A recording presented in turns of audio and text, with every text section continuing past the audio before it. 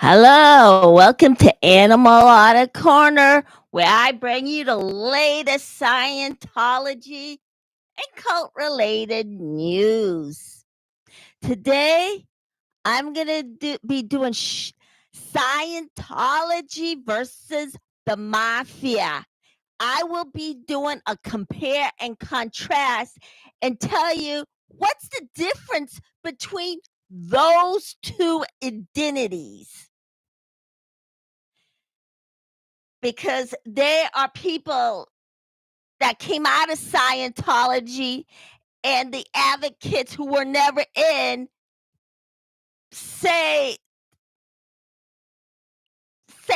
that they're similar towards one another. Of course, those who came out thought they had the same tactics as the Mafia, but you know what? That wasn't the case. So I am going to compare it with you guys and get the story straight. And then I will give you links at the end. So hang in there and let's get right to the story. Oh, and by the way, I will also give a brief history lesson as well with both Mafia and Scientology. Now,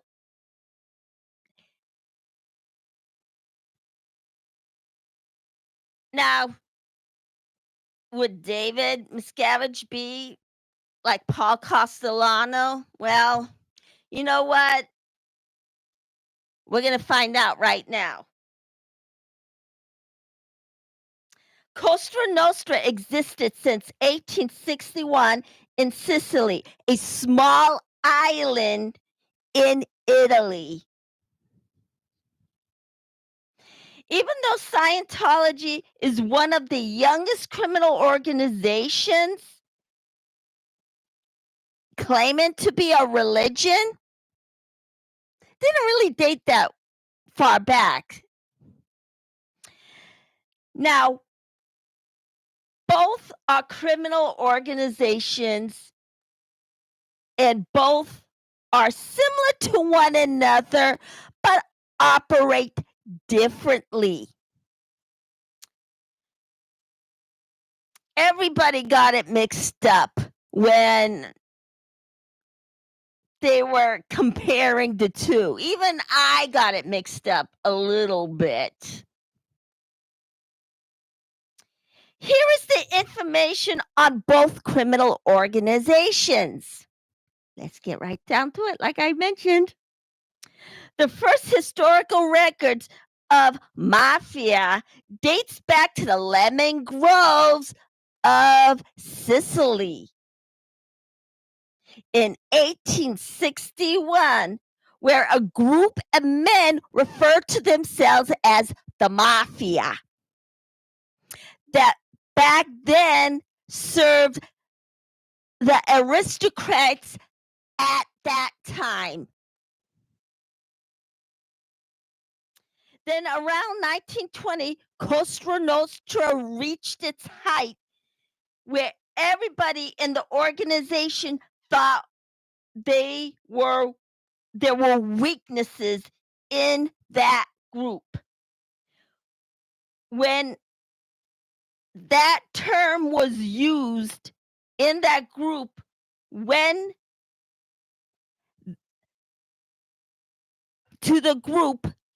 they thought they were weakened. But however, that word, La Costa Nostra, was used to toughen those guys up when used in that community.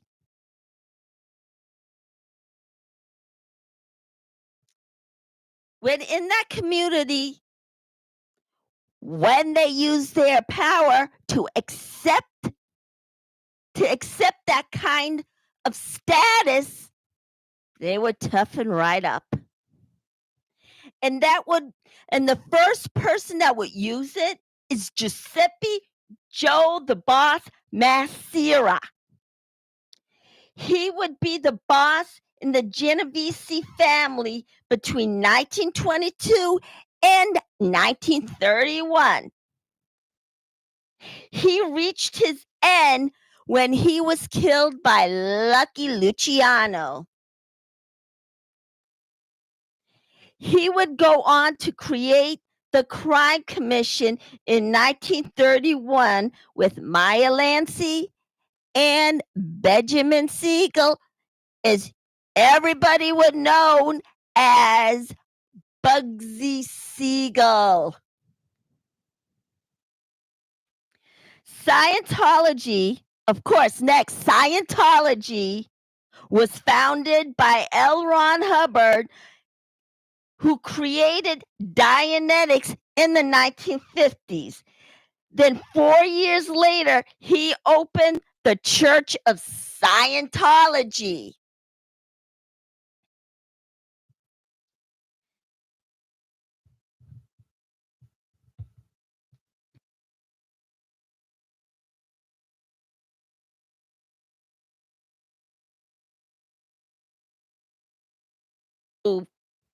Okay, sorry, everybody. I accidentally turned on the mute button. But anyways, then in 1956, the criminal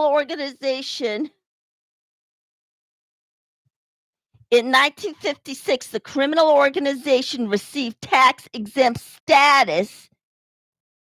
In 1959, then moved to London, England, and purchased St. Hill Mansion in Sussex.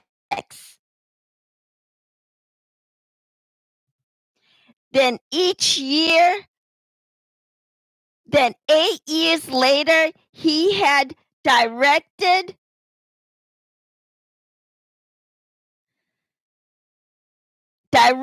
Scientology into an international operation when Hubbard expanded the whole organization. But when it comes to comparing Mafia and Scientology criminal activities, everyone got it wrong, including me.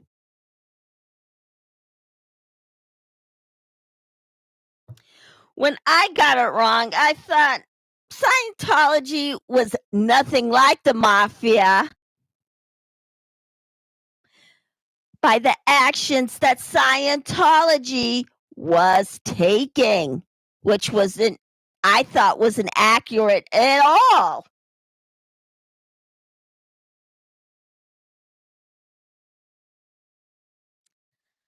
But one day, I was sitting in front of my Chromebook watching the Sit Down with Jeff Nadeau, where right here on YouTube. Though I thought it didn't hurt to do a little fact check.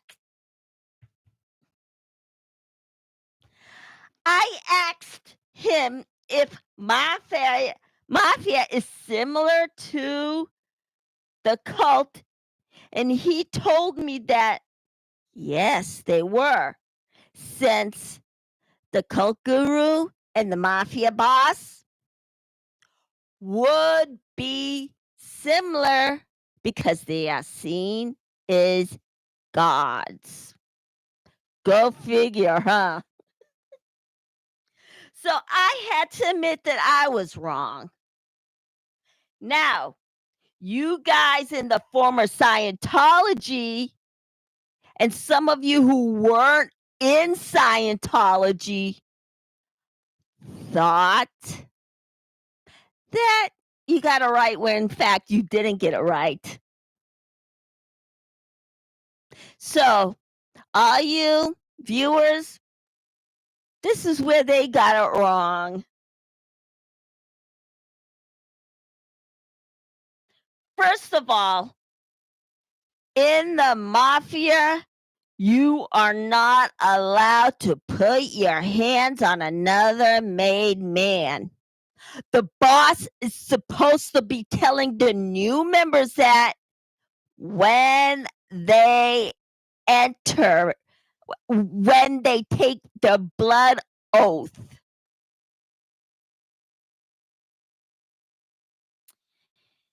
In Scientology, David Miscavige would beat his staff relentlessly. And he would tell other people in OSA to beat other members of OSA up and Scientology. They would actually torture their victims.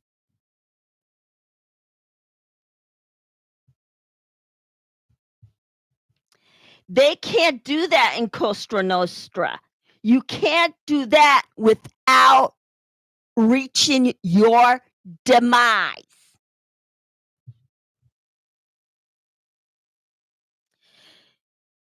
You also can't rat on your fellow brother to the police or any other law enforcement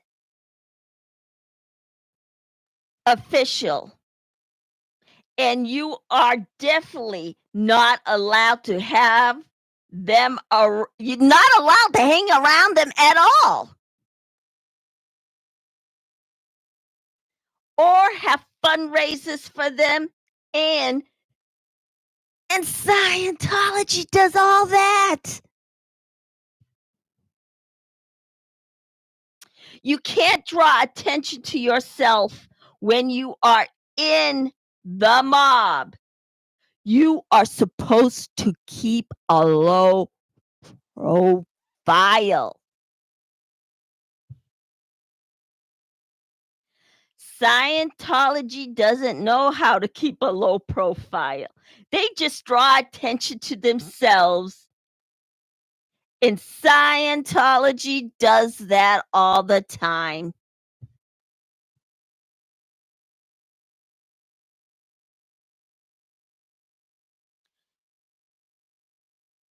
Now, no one in the mafia can't do that without being killed. They always want people to stay in the shadows.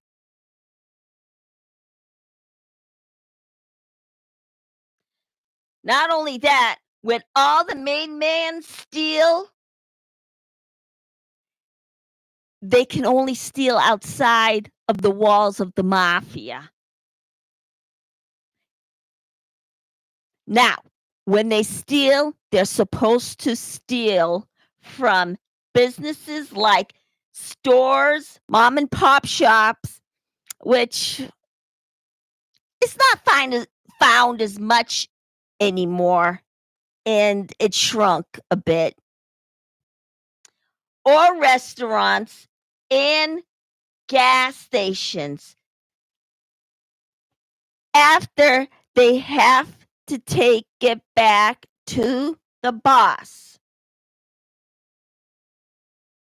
Then they would go and pay up to the boss, but then the boss has to be sharing it with everyone.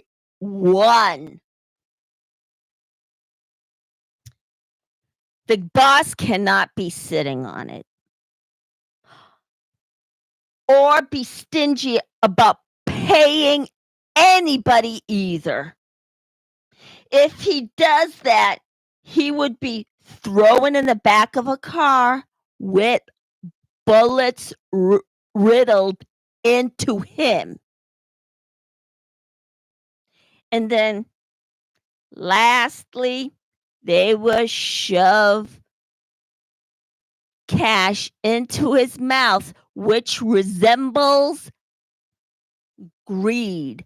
That's what the cash in the mouth stands for. Greed.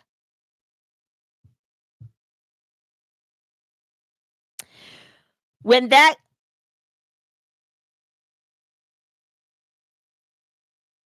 At the same time, guess what? They would also be known for sticking it in the back end of them. But I wanna keep this video clean as possible. I don't wanna be I don't want my show to I don't want my show to I don't want the plug to be pulled out on me. Plus, no one in Costa Nostra, including the boss, can't go around squeezing money out of members. And they definitely can't steal from them either. Now they can borrow it, but then they probably have to pay just a little bit more.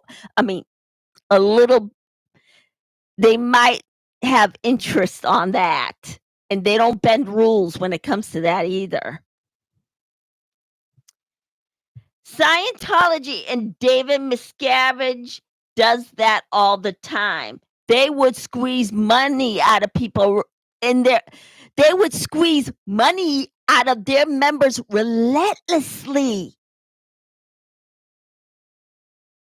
Now picture him as a mafia boss. What do you think would happen? He would be thrown in the back of the car with bullets riddled in him. Because that's the fact. When all the made men pay up to the boss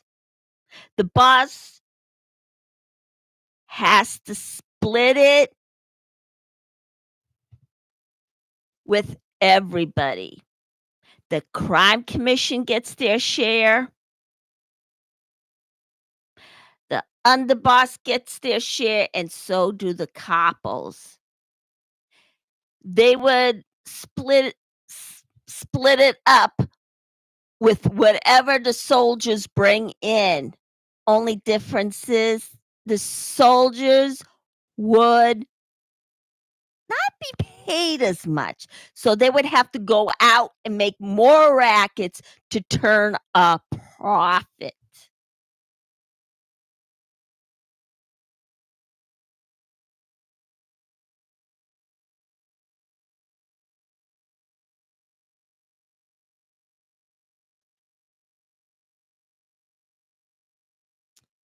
In Costa Nostra, each and every made man are not able to kill any of the members without consulting with the boss first. And if the group wants to get rid of and kill the boss because of some various reason, like them breaking the rules or him beating up all the members, they would have to go to the commission first to ask for permission. They can't just go ahead and do it. If they do that, they would meet their demise.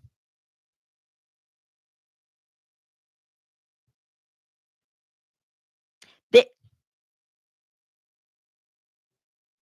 especially if the boss, they would definitely need permission. I don't want to mention it twice. Also in the mafia, it's always hands off the family. The mafia does not go around breaking up families, and they do not take children away from the parents. They especially can't rip infants away from their mothers. That is a huge no-no. They can't be doing that. Scientology does that constantly. They break up families all the time. Also in Costa Nostra, made men can go after other mafiosos' wives or daughters. That would definitely be hands off. Now, they don't they don't say it because, "Oh, you know what? It's wrong and it's improper." That's not the reason. The reason why they don't let them do that is because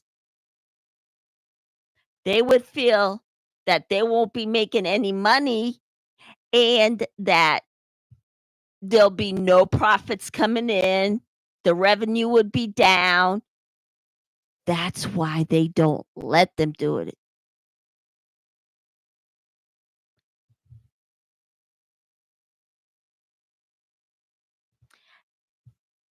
As far as recruitment is concerned, the mafia does not take every single guy that comes in through the door. There is a certain kind of quality that they are looking for in a potential made man. They have they have to feel like that they're tough, obedient, and follow the directions, meaning follow the rules at all times. You can't break any of the rules. That's what they're looking for in potential members.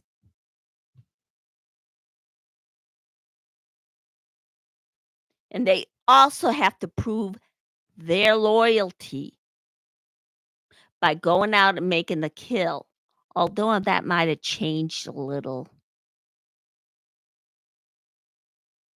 Now, a bank robber could definitely get in, but still have to prove their loyalty as well.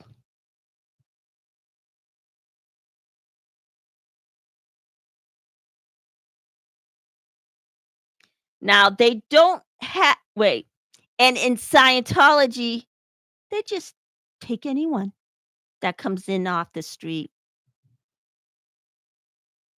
and trick him into joining. They do not do that in the mafia. They tell them up front what what they should expect to happen. They don't trick him into it, they come in willingly. In Scientology, they just trick him into joining.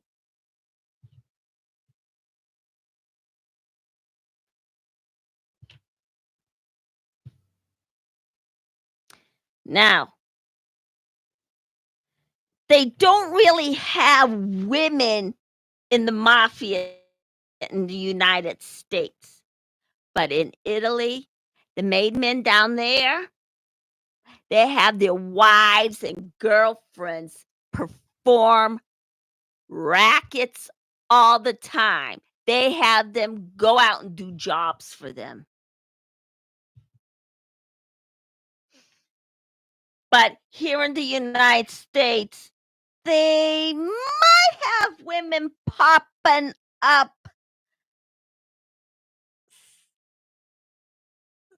here and there. And it's on occasion they would take it, they would use them on occasion. They don't really use women, but they pop up every now and then.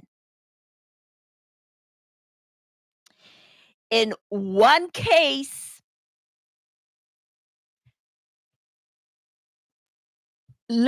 just in recent stories, a mob wife in Philadelphia, Kathy Shiglini, who is Kathy Shiglini, aided her husband in his job. They got caught at the end. She beat up on a police officer, and I think she might be standing trial, but she might have already been in jail. And John Shanglini, who she was aiding, that would be her husband. He might be standing trial right now or already be in the penitentiary right now. those two really got caught. That was in the Philadelphia mob. But back in the 90s,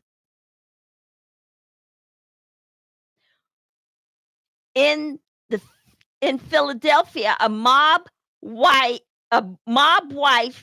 Brenda Carletti, aided her husband, Bill Carletti, with an incident happened in 1993 when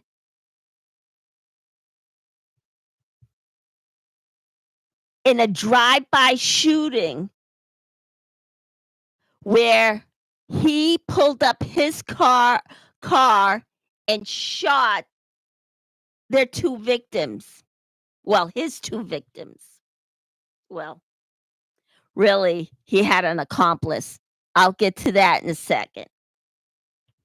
It started when Joey Merlino and John Stanfa were at war for the top spot in the Philadelphia mob. Now, the New York Commission wanted John Stanfa to have it. Now, usually they would take somebody in their 70s when they reach their prime. Now, usually that's when they reach their prime, when they're in their 70s. But John Stanfa would be a little less than that. He would be in their 60s. Usually they're in the 70s, but with John Stanfa, they made the exception. He was older and they wanted him to have that slot. Joey Merlino would not hear of it.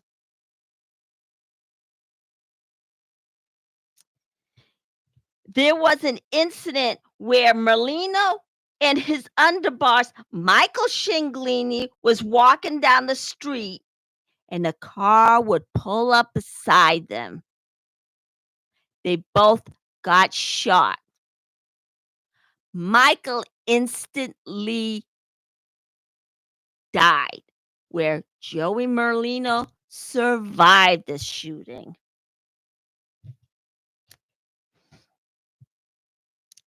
Now, Stanfa wanted to get back at him for murdering tried to murder Michael's brother, Joey. That's right. Michael wanted to kill his own brother. The police arrived and so did the FBI agents. They asked him who could have possibly did this to him. He took the code of silence, which is omerta. That would be the code of silence. And of course, he survived that one, but was incapacitated. He walked with a cane for the rest of his life. Now, for that incident,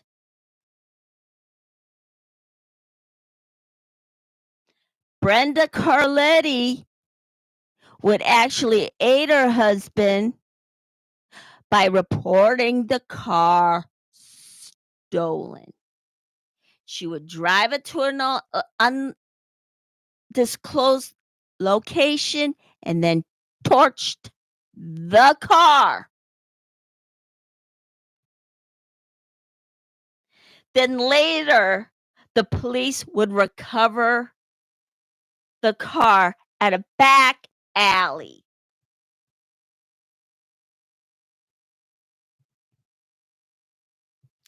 Then later, Brenda, Phil, and John Vesey, who was the accomplice that shot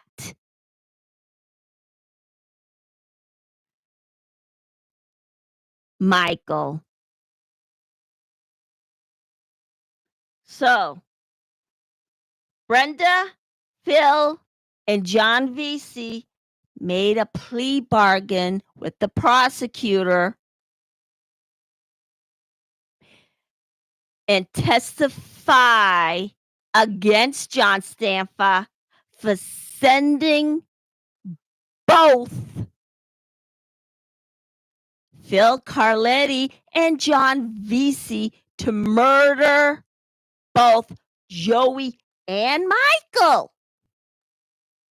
Of course, Brenda, since she aided those two guys,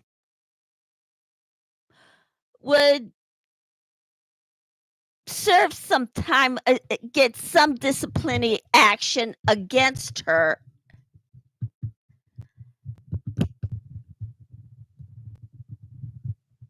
Against her.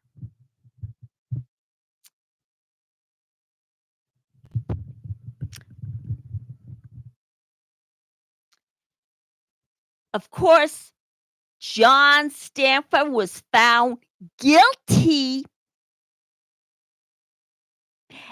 and sentenced to 5 consecutive life terms.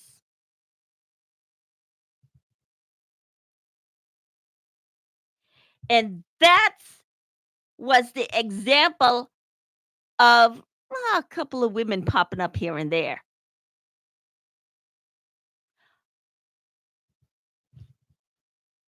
In that criminal organization. But however, excuse me about that. But however, Scientology would have more women in Scientology than Mafia does. They the so-called church does not have women popping up here and there. They actually have them. But how many men and how many women they have in Scientology? They don't know. Scientologists, Osa and David Miscavige, don't know how many members they have. According to Aaron Smith Levin, they don't know how many members they actually have. Which is, in this account, stupid. But they go out there and say, oh, we got 10 million members. No, we got 20 million members. They don't really know.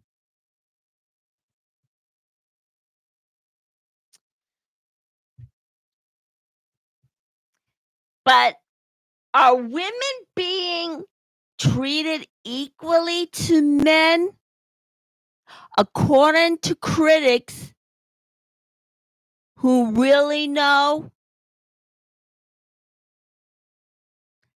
L. Ron Hubbard think it should be male dominated, while women stay in the background.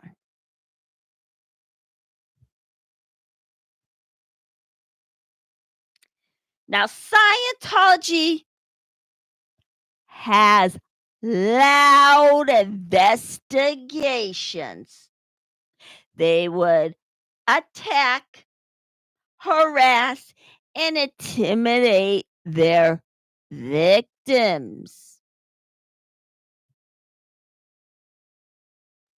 Former Scientologists have to go through it relentlessly through their lives, and they end up confusing the whole thing where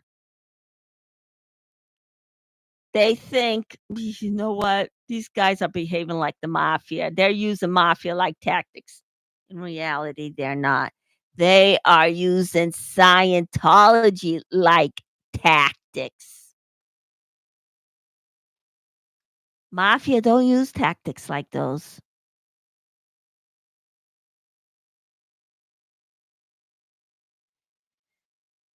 Now, Cosa Nostra don't use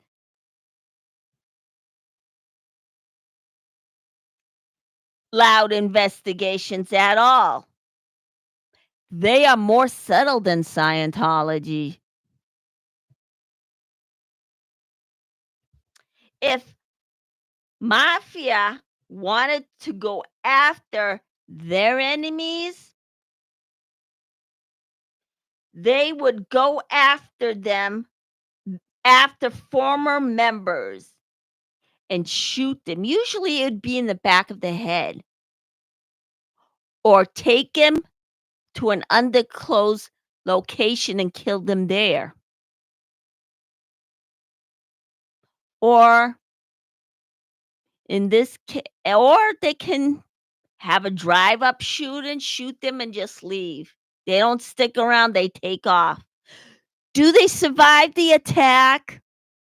Well, an example I just gave you with Michael and Joey, where Michael instantly died and Joey didn't, they don't always die right away.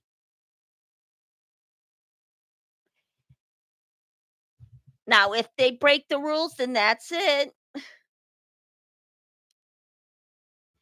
They would either bury their bodies after they kill the victim or put them in acid and then get away with it. But however, nowadays they can't do that. Not with the latest technology and the tools they would use. They would use those tools to find some kind of streaks and smoke and gun, which is usually blood, streaks of blood of some kind.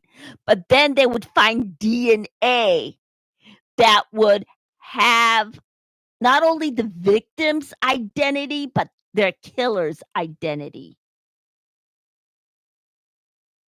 So nowadays, they can't get away with it. Now, back in the 90s, when Joey and Michael made that hit on Joey, Michael's brother, they had also a third guy that looks like it was there, not actual 4 guys that was depicted in a video that was aired on the internet. Now, in the 90s, when they had that footage, it was so blurry, no one can make out with what really actually happened. All they saw is this big fuzzy blur, and it looked to be like there were 4 guys there when there might have been 3 guys. Now, not only Joey and Michael were there, but their childhood friend Stephen Mazzone was there. They took the killing out on Joey Shiglini. Today, Stephen Mazzone is serving a 5-year prison term. But it looks like he might get out early. He might even be out now for good behavior.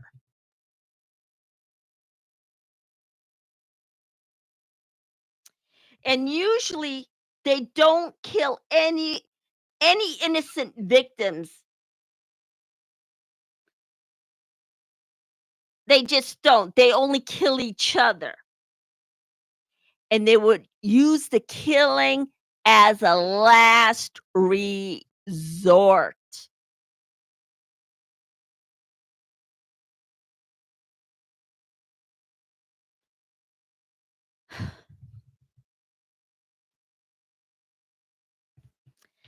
And guess what? This generation is not following the old rules of La Cosa Nostra.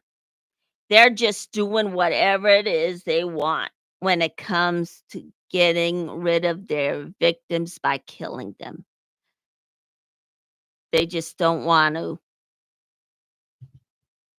follow those rules at all. And another thing, they don't go at oh, wait. Yeah. excuse me, also in the mafia, the main golden rule is don't snitch.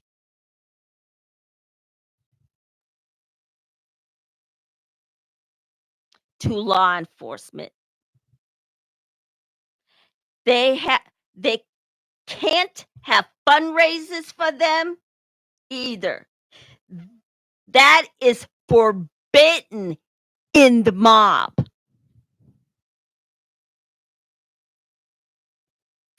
If they do that, they would call them rats and then kill them.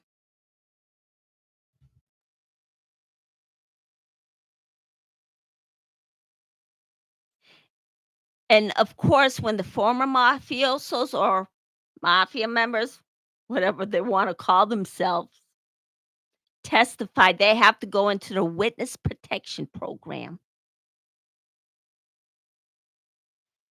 If they don't, they usually get clipped, which if they testify, they usually get clipped. But, however, they also would get shelved, meaning they won't use them anymore. They would actually tell them to get lost and never want to see them again. But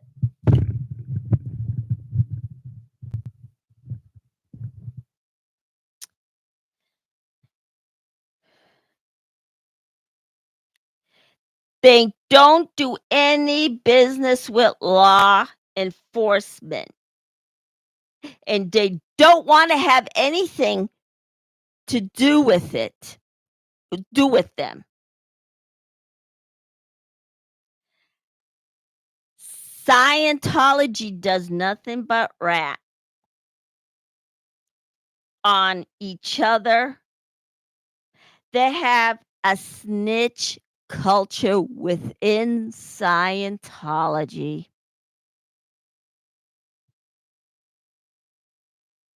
They would have police on speed dial whenever there's a protester around. Can't do that in the mafia. No way. They would squeal to law enforcement officers relentlessly and never stop doing it.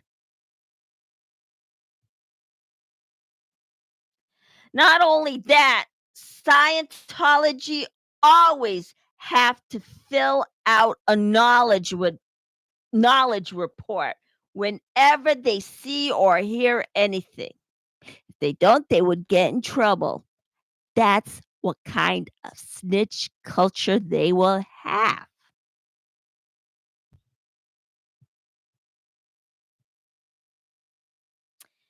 Then all in all, at the end, Scientology wouldn't have mafia-like tactics. They would have Scientology-like tactics. And in a nutshell, Cosa Nostra would make Scientology look like child's play.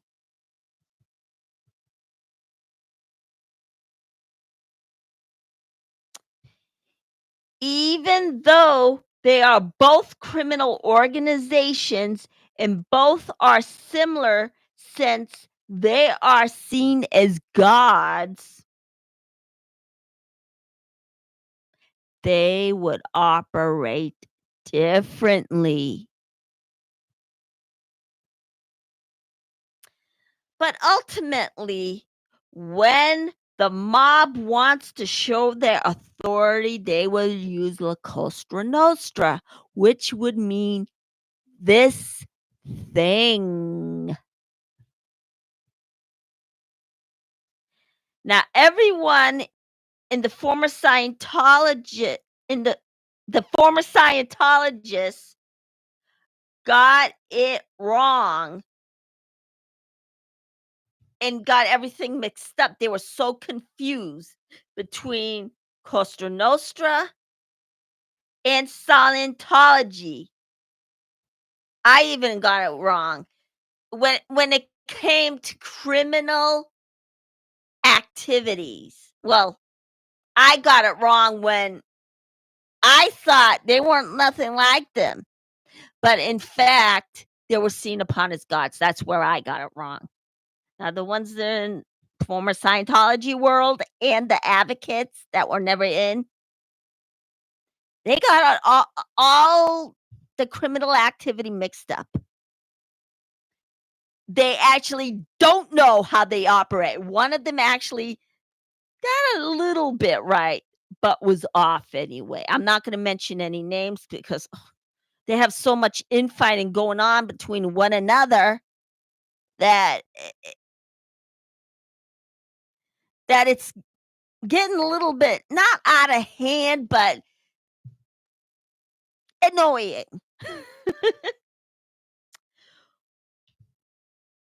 When in the mafia, you are not allowed to put your hands on another made man. The boss is supposed to tell the new members that when they take their blood oath.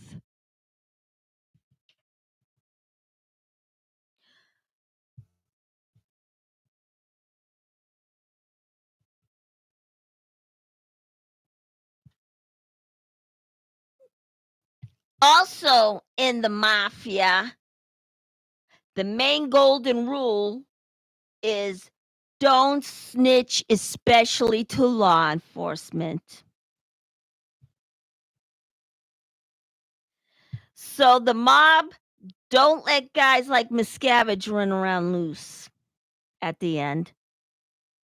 And they certainly don't let guys like Tom Cruise break the rules either. They don't make any exceptions to the rules. Every single person in the mafia has to follow the rules. No exceptions. If they do that, they meet the demise. Where ultimately Scientology and David Miscavige beat each and every staff up. When David Miscavige asked them to do it, if they don't, he would beat them up. And he is just shameless when it comes to that. But the thing is, he don't beat up on women. He kept his hands clean when it was that. Then in conclusion, Scientology would have police on speed dial. Not only that, Costa Nostra would hate Scientology if they were in the same room with them. They would just hate them. Now, that would be the whole story. Now, every viewer that heard former Scientologists say that, I would stop short of calling them a liar. They just got everything confused. I mean, they didn't get it right, but I think they got the whole thing confused. And in the advocacy world, they think they just know it all. But I won't call them a liar either. But you know what? I did this segment to get the story straight at the end. But however, if any of you got any questions, I got links down below that will give you the information that you need. In one link, Jeff Nadoon with the sit down here on YouTube has question and answers, but he will He will tell stories and then take answers and questions as well. That link is down below. And then there's the original podcast with Scott Bernstein. Now, he would also tell a story and give a Q&A, questions and answers. That link is also down below. But however, I saved the two for last. And these two guys are actually knowledgeable since they were once made men. Dominic Sicali was a capo in the Genovese family. He is now out of the mob and living in a different location.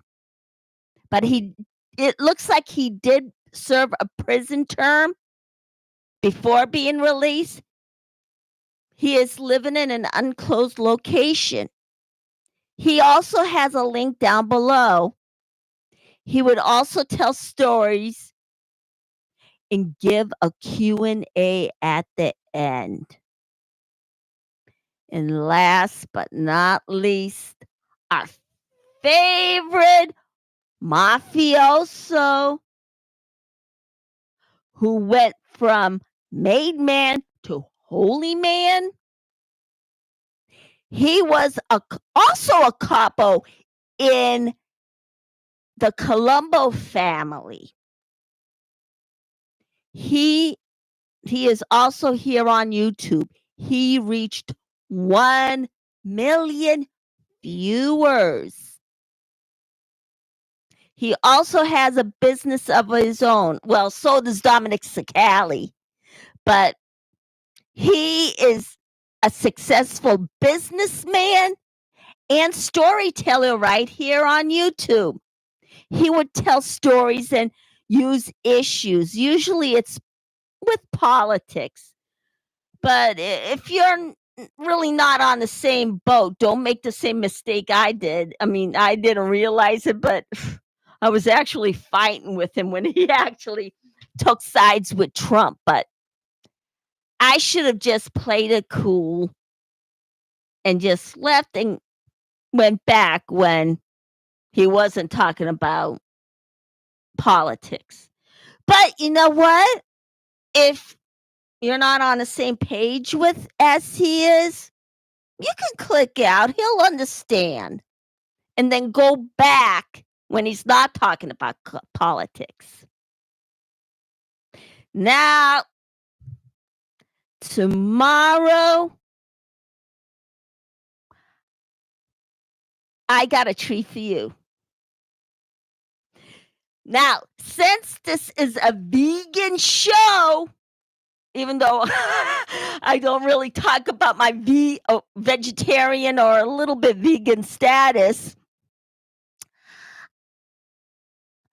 I decided to actually have recipes